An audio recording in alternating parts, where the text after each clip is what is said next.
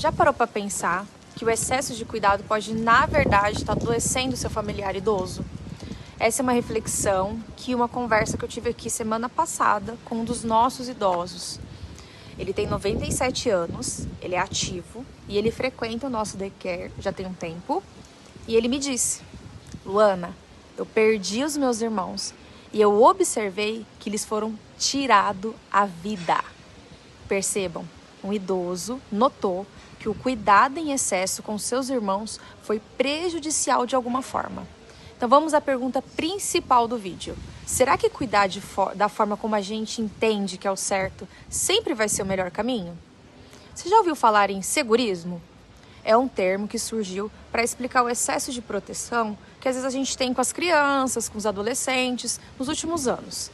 É o medo, às vezes, da violência, da exposição em excesso. E os pais começaram a limitar, às vezes, a sair das ruas, amizades, esporte, acampamento, a liberdade.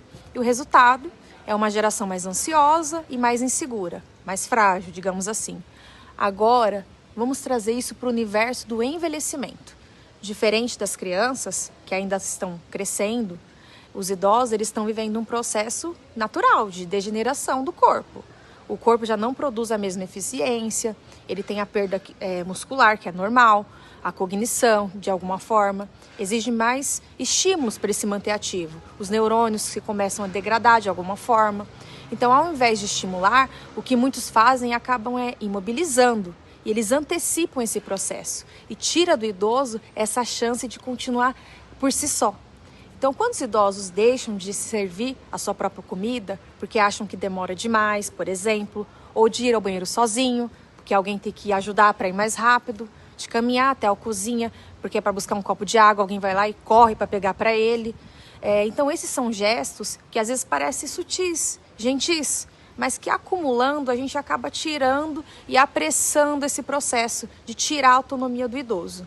Porque a verdade é que a autonomia, ela se mantém com a prática. E quando o idoso deixa de se mover, de interagir, de pensar, de solucionar e se resolver os próprios problemas, ele vai perdendo a sua autonomia. Não sou eu que estou dizendo isso.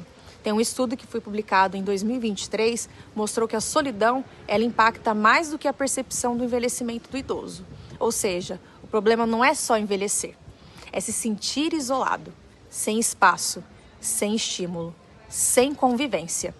E aqui no Vivre, a gente acredita de verdade que cuidar não é fazer por ele, é cuidar e garantir que ele continue podendo fazer com dignidade, com alegria e com aquele suporte que é necessário que a gente consegue aqui, sem roubar a chance dele continuar vivendo plenamente.